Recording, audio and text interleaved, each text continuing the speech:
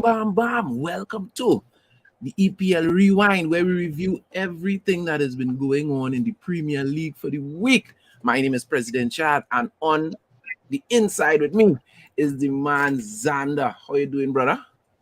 Hey there, what going on? Just cool, boy. A lot to talk about this week. We focus on For the show real. today, mainly the coaching carousel that is going on in the Premier League. 12 coaches have already lost their job.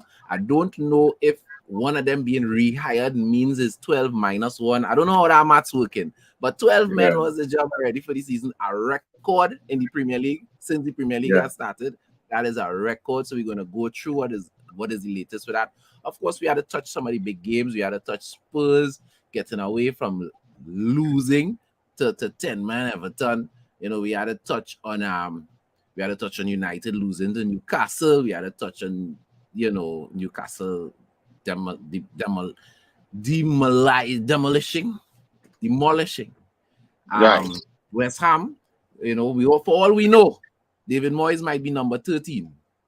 You know what I'm saying? We reached 12, but after that curtail, it might be And 13. Liverpool's lucky escape.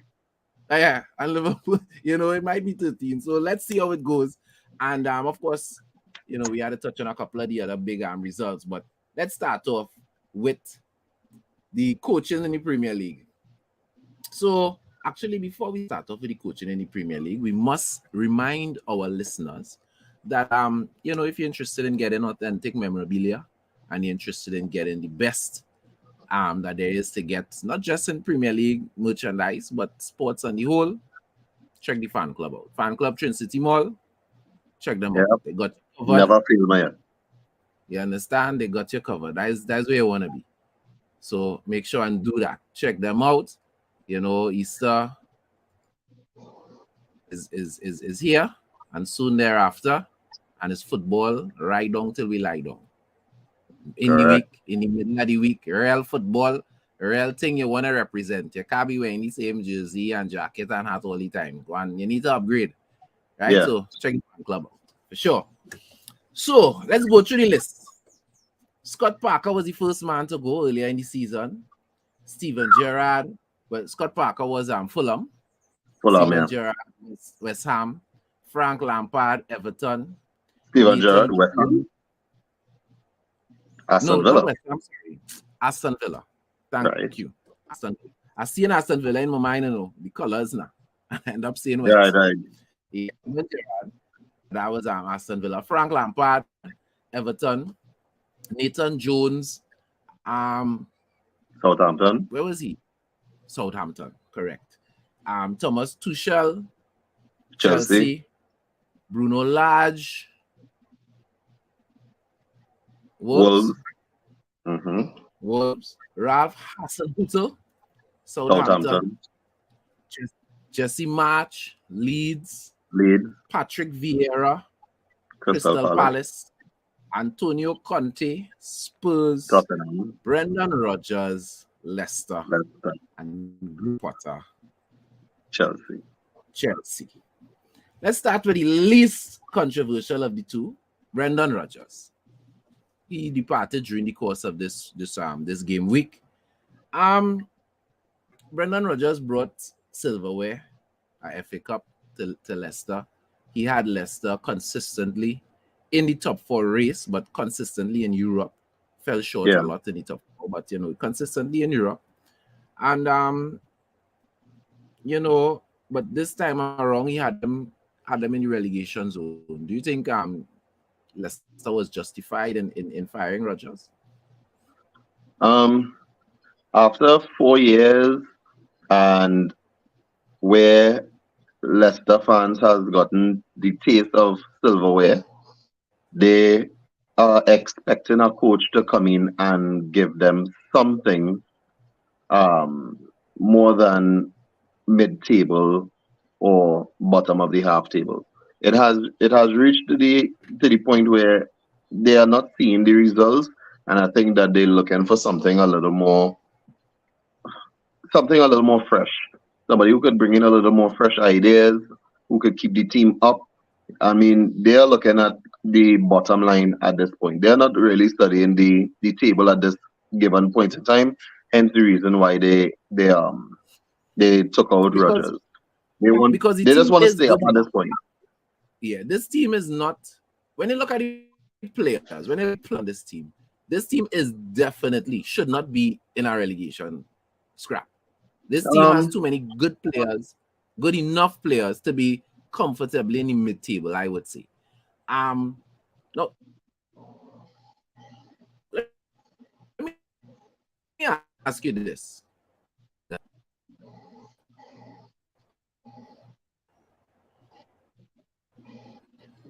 not a lot of people could have done what Sir Alex and Wenger did in the era of the Premier League, where they right. continue to be able to refresh their teams. They continue to be able to, in the case of Sir Alex, change his system. When Sir Alex started, it was traditional 4-4-2. You understand? By the time it came to his second Champions League, he was playing 4-3-3 at a time when nobody was playing 4-3-3 in the Premier League. You know, you kind of do the same things. Eventually, it gets stale. Maybe Pep might learn that at some point in time. But do you think that what is going on, what went on with Leicester, is possibly what is going on with Liverpool? That it is just stale and they need a refresh. Now, a refresh do always have to be the manager changing. It could be change of formation, it could be change of players. There are different ways you could refresh a team, right? Because in the case of that Arsenal team and that Manchester United team, they had the same managers for a long time and they were able to refresh their teams, but do you think that is the problem? What we see going on with Leicester now is what's going on with Liverpool. That probably they just Here my thing, stay. right? Um, yes, Leicester and Liverpool has the same problems. They have a visibly aging squad. Um, and what you can see is that even though Leicester is the lesser of the two, you still need some kind of youth to your side. You still need somebody with that kind of experience who could come and make your side run. That's some game changer, like United did with Casemiro, Newcastle did with Bruno Guimaraes, Chelsea did with Enzo Fernandez. Will we see Kante back? And you could see there's a vast improvement with these people coming into the side. Leicester bought no one in the summer other than Wout Fires down and in and back. and to defend Rogers a little bit, this is like the second season when Leicester really hasn't done anything. They haven't done anything in the transfer window. It's Yeah, not like they wasn't helping Rogers out. They correct. weren't. And my thing is that he got nobody to really say, "Oh, all right, I had a fighting chance." Everybody stocked up. Chelsea spent nearly $1 billion in players, where the only reason that Leicester bought somebody is because we took Fofana from them. That's the only reason Leicester bought somebody, based on the money that we gave to them. So my thing is that having a squad that is not able to compete with, how do you really compete against the sides that are spending money on on their squads? And my thing is that you need some form of player to come in and actually have the team uplifted. You could see a fresh new signing coming and giving something to the team. Having Jamie Vardy, who is what, 34, 35, and you could depend on him. He's not dependable anymore. Um, Having a midfielder like James Milner for Liverpool. I mean, there's times that you just need to say, okay, time for these people to move on. Liverpool were unlucky with Thiago and Arthur Melo bringing them in. They haven't done anything for the side because of the injury-prone situation with them. But otherwise, on that, these are the factors in which contribute to their poor levels of performance. They are not revamping their side. They're not giving their side that fresh, innovative look for the season. Everybody needs to revamp. And for 2 years straight, Liverpool and Leicester haven't done much in the market. Cody Gakpo is and Luis Diaz is the two persons that I've seen Liverpool buy. and that's for the attacking front, but their midfield is generally old. Harvey Elliott and Curtis Jones are youth players, but not experienced enough for a side of that caliber. So, I mean, they need to really revamp their size. And that's the only thing I could see, or I could see that they can do That would to get change. themselves back up in the arm. That would change their fortunes next season. Correct. So they need to do something that, and people need to remember. Yes, Manchester United put themselves on the market after Liverpool, and have surpassed Liverpool in the attraction and in being close to being sold. But people need to remember Liverpool is on the market. The owners of Liverpool have said that they want to sell Liverpool. So how much would they be willing to invest in the team in the summer? We're going to see, right? But we need to remember that because it's not in the news, we might forget that Liverpool is actually up for sale. Right? Liverpool is up for sale, and nobody actually wants it because when Manchester But United went I up don't for know sale, where the process has reached. You're not hearing anything. of course, because nobody wants it. I find it hard to believe that I nobody mean, would want a legacy think, club like Liverpool. think about it. When Chelsea went up for sale, how many suitors came? Quick, Manchester it was quick. United is the talks are running around. You're hearing the Saudis, It you're was hearing quick. It Ineos, was quick. you're hearing It was quick. everybody bidding. Who is Liverpool bidding for went for sale Liverpool? crickets. Who is bidding for Liverpool? Fair Who? enough, brother. Fair enough. I can't argue with facts. Can't argue with facts. So let's talk now about Chelsea. Now, Mm-hmm. when I watched Chelsea play to a 0-0 draw with Liverpool, it was the first time that I felt that Graham Potter should not have been fired, should have been given more time. And I will tell you why. I have watched Chelsea a few times before, and I was like, this guy is hopeless. He's not getting anything out of this team. Right? Sometimes Right. it's not that a coach not good. Sometimes it's not that the players not good. Sometimes it's just not a good marriage. The Right. reality is sometimes that is just, just like with players. We have all known sometimes we have a player at a club and the man not scoring or he not doing well, he looking horrible. Don't look like he could trap a ball. Suddenly he go to our next club, prime Maradona. You want to know what went on there, right? Right. Sometimes a marriage just don't work and you just need to change partner. However, the game before his firing, Liverpool had 20, Chelsea somebody had 20-something shots. This game, this manager, this temporary manager made it clear this is the first time he ever picked a senior team sheet. Right. Right? So clearly, you want to talk about new to the job from the perspective of head coach. You can't get more new than that, right? Yeah. The man never pick a starting 11. So we know that this team went out there playing Potter's tactics. Potter may not be there, but this new guy in a short space of time ain't looking to change tactics. He doing what they were doing all the time. Correct. And again, Chelsea dominated the game. Should have scored at least 4, maybe even 5 goals. They had, watch me, there was some time Kai Havertz had such open, unbelievably easy chances. I couldn't believe that the ball was in the back of the net. And it made me ask myself, Potter is definitely has created a system of play that creates chances. He created a system of play with his team eventually that could see them have success. But is it his fault that they're not putting the ball in the back of the net? You know, as a Chelsea supporter, you tell me, is it his fault that they're not scoring goals? One,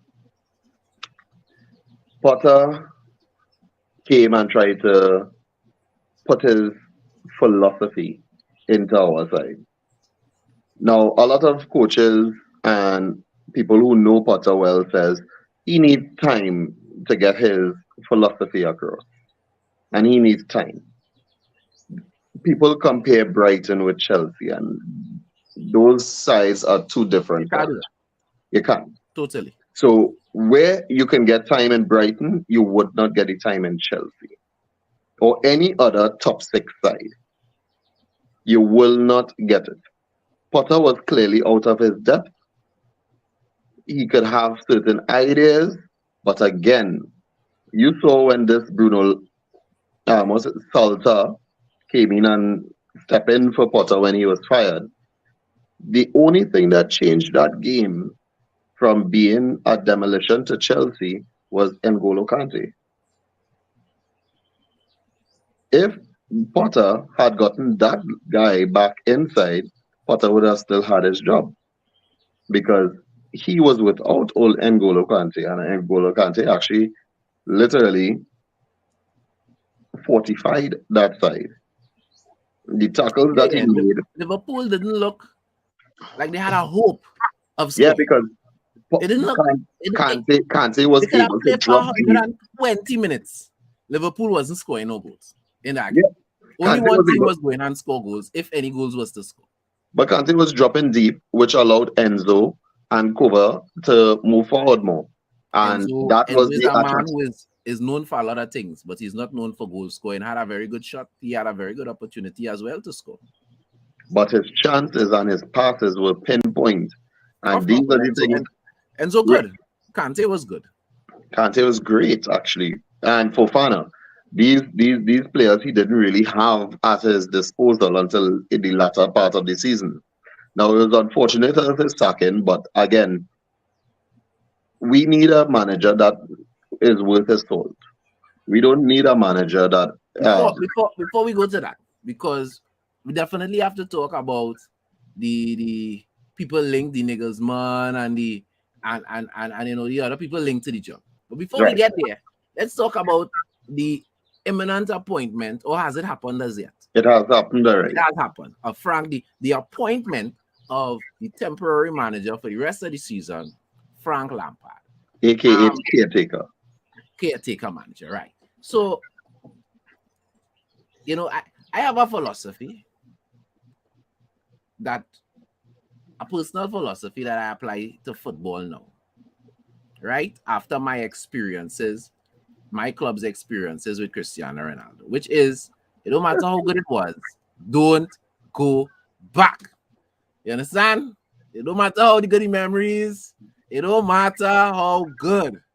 Once you leave, don't go Go back. back. Right? So I that's my personal philosophy. But how you feel about Frank Lampard At this holding point, on? I am disappointed that the club cannot negotiate well to get a coach coming in and finishing all the season and starting their preseason. My thing is that they are available, they're ready to, Really? to, to take the It have job. a lot of people available. The They're list not of they're top not doing coaches anything available at this is long. point. You understand? Come take the job, acquaint yourself with the guys, have more time than you could, finish all the season, start your new season, and get the ball rolling. You then therefore telling me you appoint Frank Lampard, which for me he will always be a great player, but as a manager, he needs more time. Sorry to say, he doesn't have it as a manager. His tactics are bland. His approach to me is that he only likes English players. He builds his side around English players and doesn't Well, if it's has one thing, pure Mason quality Mount, I around him. got sweat now, you know. Or they might get him to sign a new contract now. There's a saying Mount may sign a new contract, but what I'm just trying to say is that he builds his side around English players and he has that bias for English players. And I just don't see him being the player or the manager to say, well, here's what Felix's quality. I will need to use Felix. He will rather drop Felix, play Sterling and Mount on top, and do some kind of tomfoolery that will make us look like we have now went from decline from Tuchel to Potter to Frank Lampard. We have now gone on a full scale decline. Just now, let me ask you this. If Frank comes out and does a madness and there's a resurgence, you all beat Real Madrid, go to the next round, you all move from 11th or 10th and move up to 8th, you know, maybe even 7 by the end of the season. But you'll start winning games in the Premier League, especially at Stamford Bridge.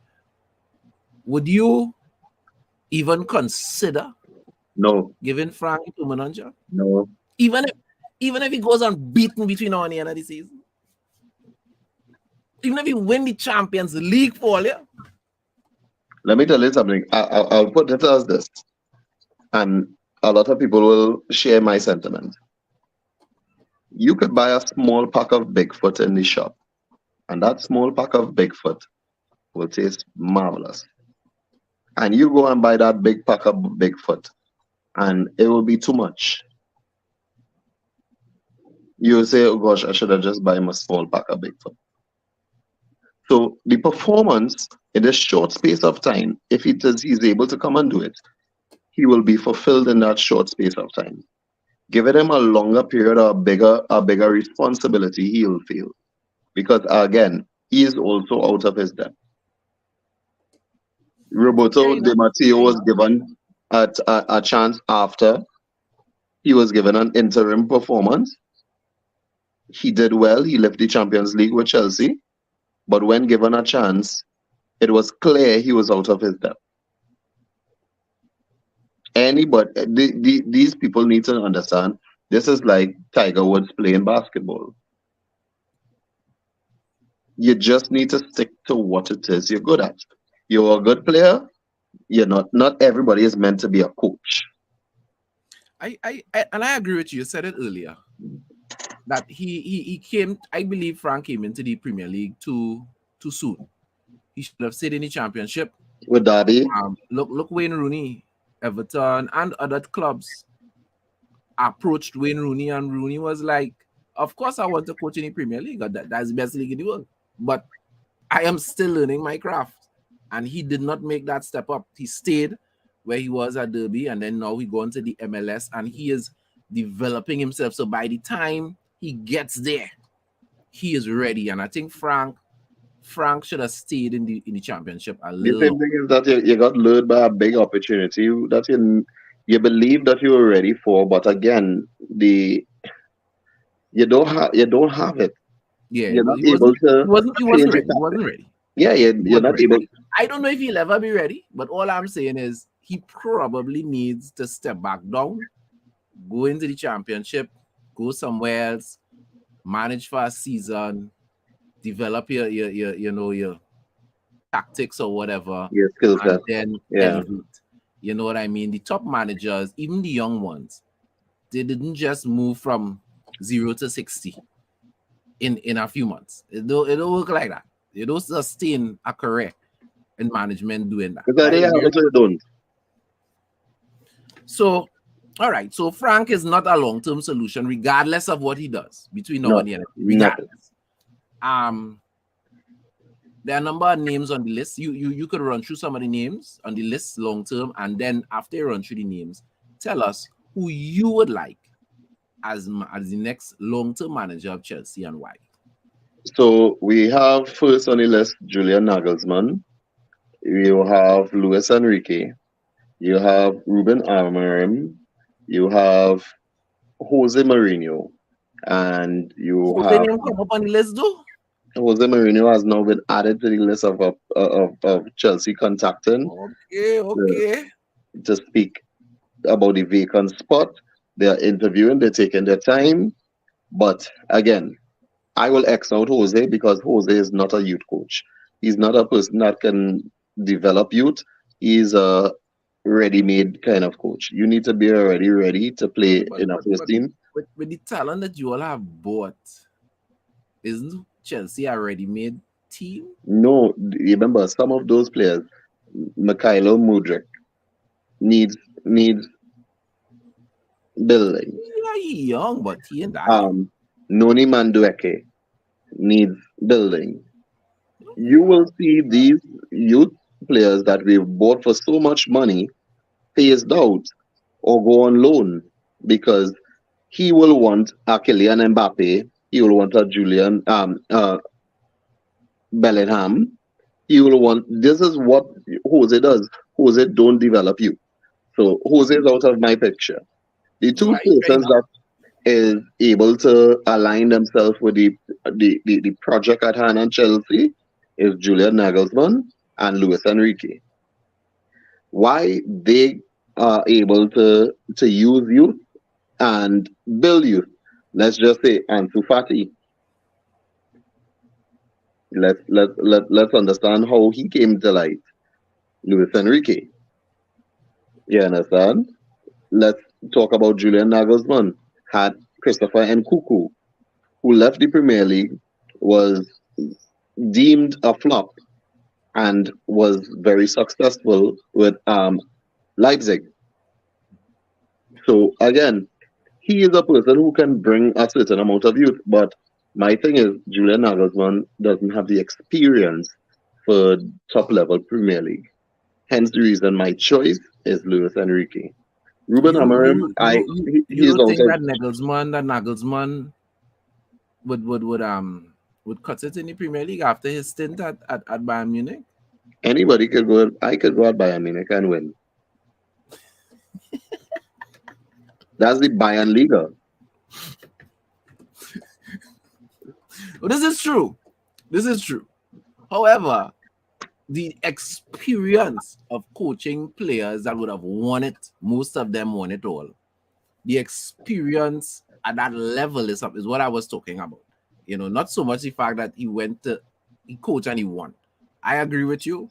Bayern Munich is the creme de la creme in Germany.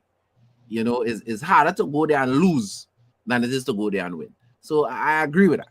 But just the experience, because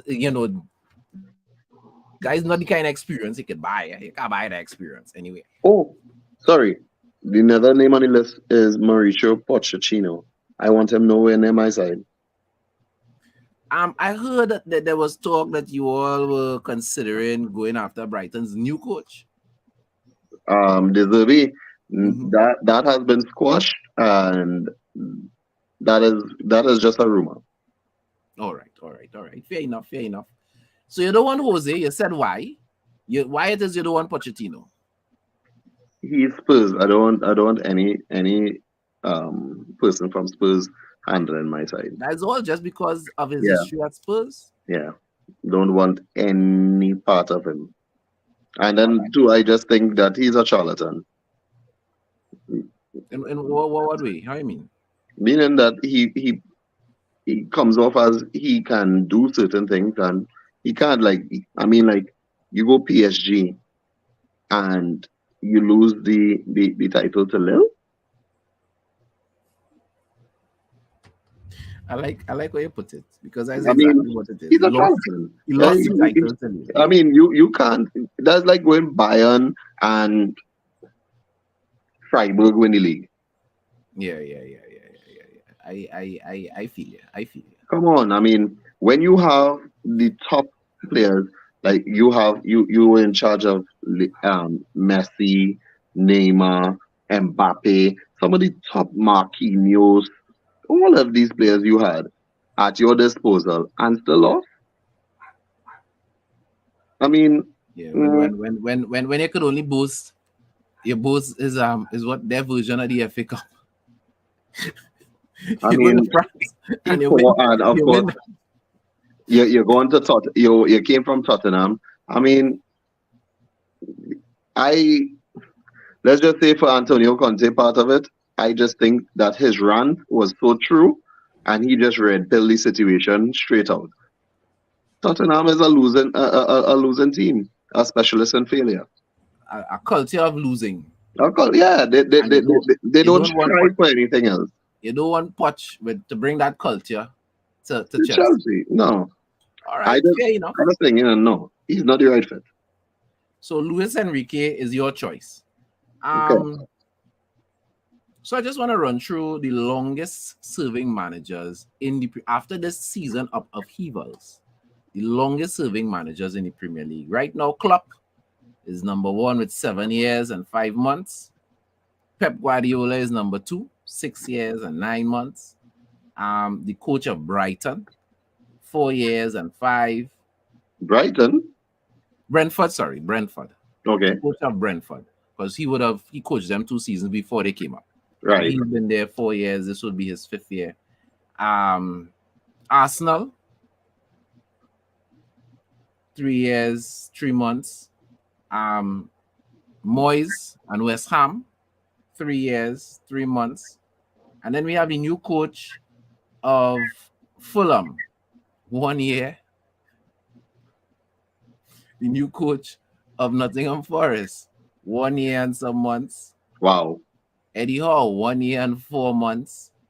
Manchester United, 9 months. And Brighton, 9 months. So that's the top 8 coaches in the Premier League. So clearly, we're dealing with, is a lot of change. And between you and me, I expect, whether it is David Moyes, I cannot see Liverpool sacking Jurgen Klopp, even if they lose all the rest of games between now and the end of the season. He's gone at the end of the season, though. I can't see that happen. He's So gone. the next name I could see it going is Klopp. I could see Klopp, not Klopp, Moyes. I could see Moyes getting the sack. Moyes and Klopp as the next two coaches out. Klopp is going.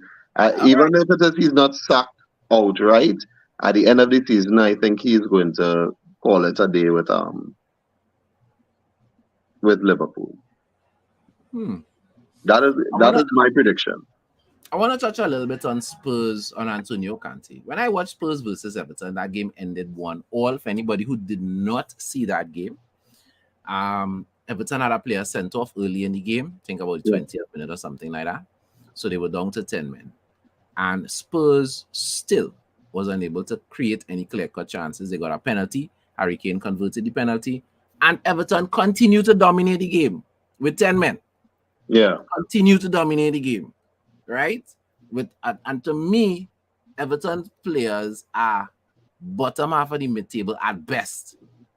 Everton really, after selling Gordon, have no real. Jokore and Gray are decent players, but I'm not sure they're going to start on any of the top 6 teams. Yeah. Tchaikovsky is good, a good defender, but again, will he start on any of the top 6 defenses? I don't know. Maybe Newcastle, maybe. And this is where Frank Lampard destroyed that side. He bought a set of mediocre players. Right? So Everton, to me, shouldn't be beating nobody. Right? I laughed at City when they got licked by Everton because how could you drop points to Everton? This team is not good. Eddie Howe is just created a tough team to try to eke out some draws and save them from the drop. That is all Eddie. Eddie Howe is Newcastle.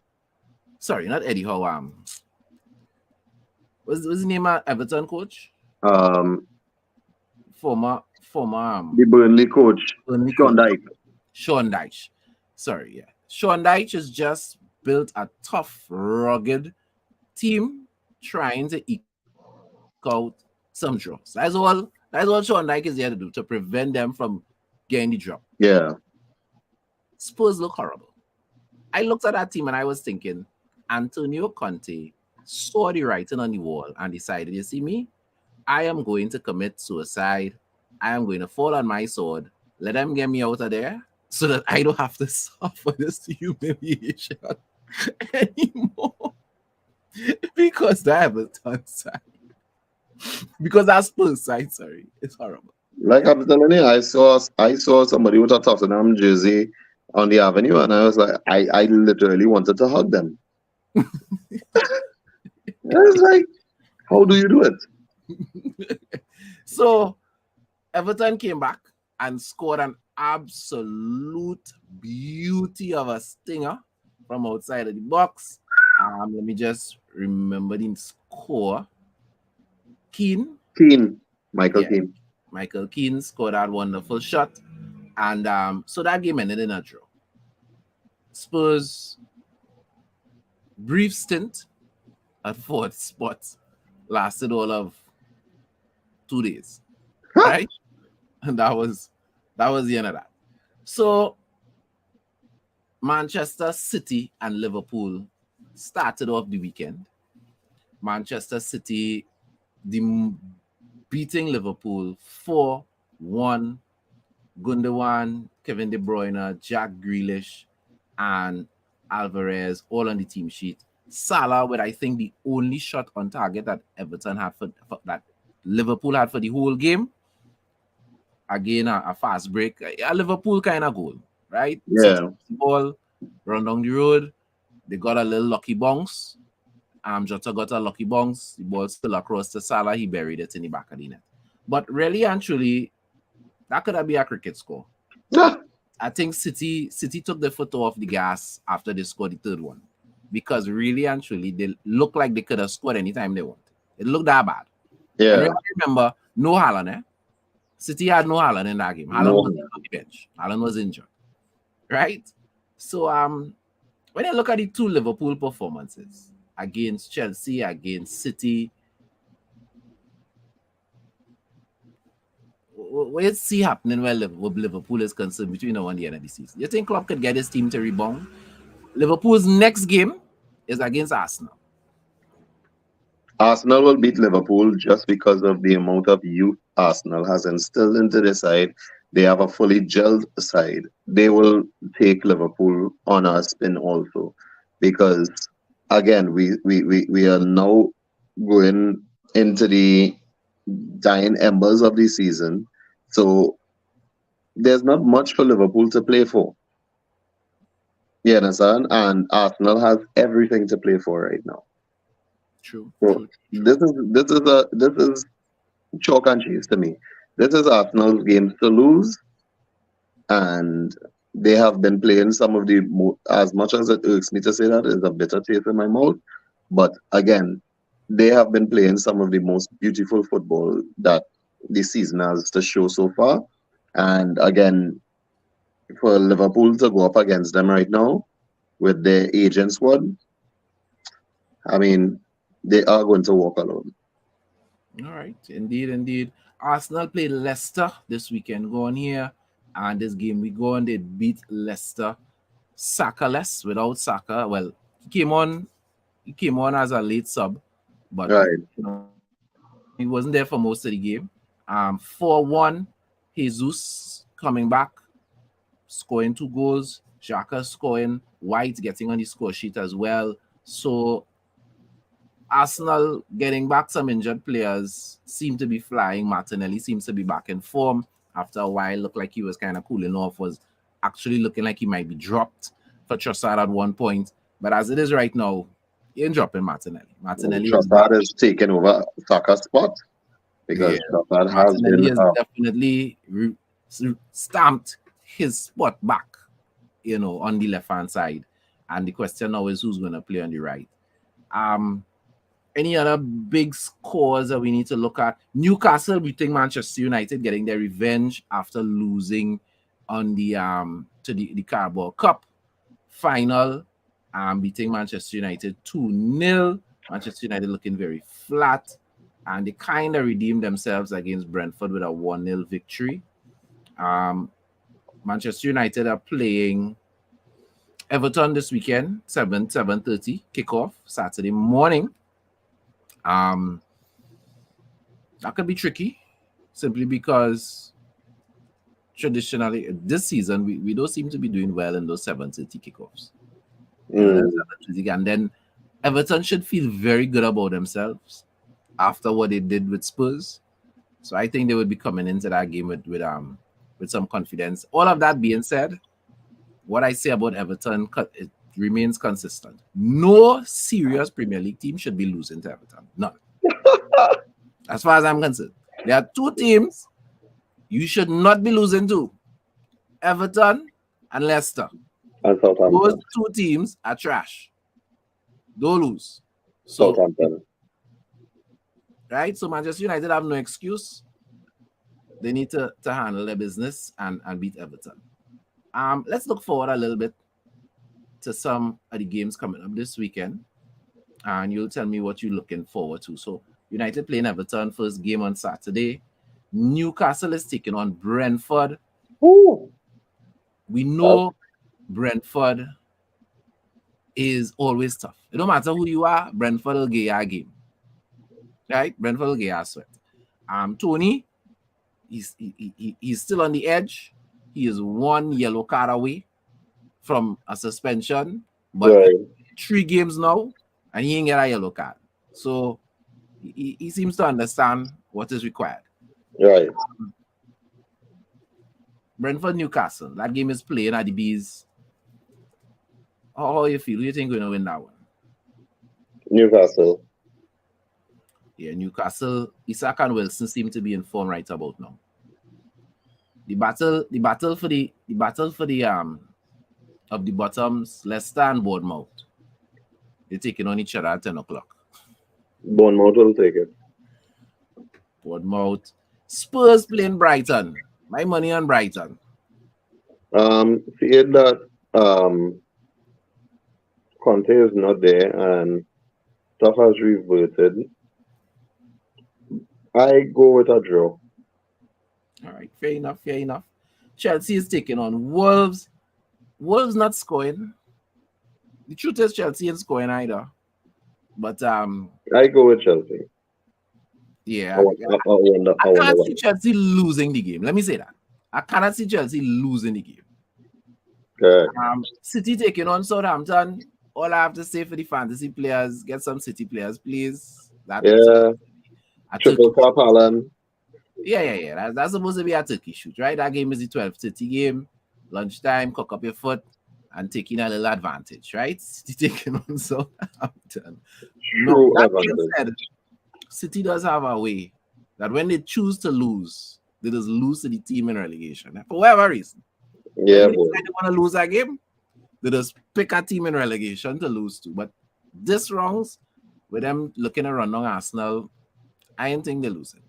Yeah. So we're expecting a turkey shoot. Leeds Crystal Palace is Sunday morning at 9. Me I take want it Leeds that to one. win. I know Crystal Palace to win our next game. I ain't like what they do with Vieira at all. Vera again was having the side not playing exciting football. He and all I think just lost it. The side looked lost. They didn't look like they had a like they were playing with any form of intensity or you know any kind of motivation. He lost. He lost. They look lost. They started off the season well, but I could understand why. Same thing. You need somebody fresh to come in now. I hear that, but firing Vieira and again going back to the X, I consider that a backward move on Crystal Palace part. I think they're So looking for somebody who could bring some fresh ideas. As much as it's bad firing Vieira, Vieira will bounce back. He will go to a side. It will click for him and it will work for him. It just yeah, didn't work without with a doubt. Crystal Palace. I It think didn't he work has for shown Crystal. enough. He has shown enough to show that he is capable of coaching in the Premier League. Based on all the other sides that he has done, this was his best stint as a manager so far with Crystal Palace. And then the big game to end the weekend of Liverpool versus Arsenal. The truth be told, that is only big in name because when you look at Arsenal form and Liverpool form, now if there's one thing about Liverpool, they are capable of turning it on. They are capable of pulling out that stellar, classic, traditional Liverpool performance as they did against Manchester United a few weeks ago. So, Yeah, and their form is this way the entire season. I remember they beat, I think it was Bournemouth, they beat them 9, and then the next game they went and lose. So Liverpool's form is this way. Now, taking that into consideration, that is the only thing Arsenal have to be concerned about. Which version of Liverpool is going to show up? But if the more consistent version of Liverpool shows up, we expect Arsenal to beat Liverpool badly because they have been consistently poor. But every so often, they just pull out a game that's making you be like, well, this team look like they still have a little life in them. So we'll see if the game turns out to be a good one. Um, Let me ask you this question. Do you think, going back to the coaching carousel, do you think the reason that Chelsea went for Frank Lampard is that the coaches that they're talking to they've gotten response from these guys that here were going on? We open to talk to you about the job, but I'm not interested in taking this job right now. Do you think that is part of the reason that they had to hire an interim coach? That some of these guys were like, I'm interested in the project, but I ain't ready to come and deal with that mess right now. Let me come in the summer. Correct. Why, as a coach, let's just say I have a name of Luis Enrique. Why take up a post now and have that reflecting on my CV? The ending of Chelsea's season, finishing whatever point in the table that we finish, whatever mid-table finish, and either lost Champions League, and those things reflect on my CV. How about a fresh start? I think every coach will say the same thing: is that it's coming down to the end of the season. Let an interim coach run it out. If this was January, they would have taken the chance because now they could have implemented their philosophy. But you can't implement a philosophy this late in the season. You understand? Especially with either the boys being either tired, demotivated, they're not gelling, who has this problem, who has this contract issue, who wants more money. All of these things should be trashed out in the summer. Have a fresh preseason. Who needs to go, who needs to come, and then start out fresh. Because Indeed. Chelsea has a very bloated side at this point.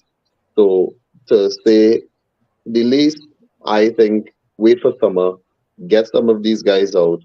Let's just say I'm Luis Enrique. I come in, this person will work for me, this person would not. Get them out, and let's start afresh. Okay. I hear that, and I think so as well. I'm still surprised with the Lampard move, but I understand it. I understand Yeah, why it was made. Come on, people. Don't stick. If you didn't click like already, click like. And if you didn't subscribe to the channel. Anything Premier League we just talk, we just talk fantasy, we just talk football. So get on board. One thing I would want to talk about before we end the program is Arsenal. Arsenal seem to sit comfortable at the top of the table. They're coming into a kind of tricky run. They still have to play. They play in Liverpool this weekend. They still have to play, I believe, Chelsea. They also have to play Manchester City. Hmm. Do you see any genuine possibility of that elephant falling out of the tree? Or you think the elephant going to end up being on top of there at the end of the season? And this is the excitement of the Premier League that I love. Um, and I've seen it all, where it's in the palm of somebody's hands and they lose it. I've seen Chelsea lose to Leicester and lose the FA Cup. I've seen Chelsea lose to um, Liverpool twice in the Carabao and the FA Cup. I've seen it where we were the better team and we lost. It's the same thing with Arsenal. Arsenal has been one of the best teams in the Premier League this season, and they have been doing that for years, being the best team and losing. So let's see if this season that they break that little hoodoo. You understand? Because the norm is they always slip up at the end. Hmm. So let's see if it is their fortunes change this season. But if anything, City wins it, I wouldn't be shocked. All right. Fair enough. I was trying to get a Arsenal man on the program today, because there's their time to shine. There's Arsenal time to shine when you're on top. There's their time to shine, but Right. couldn't the time wasn't able to organize. So, folks, that is if we're looking to shut down this version of the EPL Rewind. Remember, stay tuned to the United Hour. Keep you abreast and all that's going on in the EPL. This weekend is another glorious week of football. There is also football in the middle of the week for those of us who are in European competition. So lots of football to take in. And enjoy the rest of your Friday and enjoy the weekend to come. Any parting words, Ander? Keep the blue flag flying high. All right, folks. Enjoy the rest of your Friday. Support the United Hour. Click that like button and subscribe.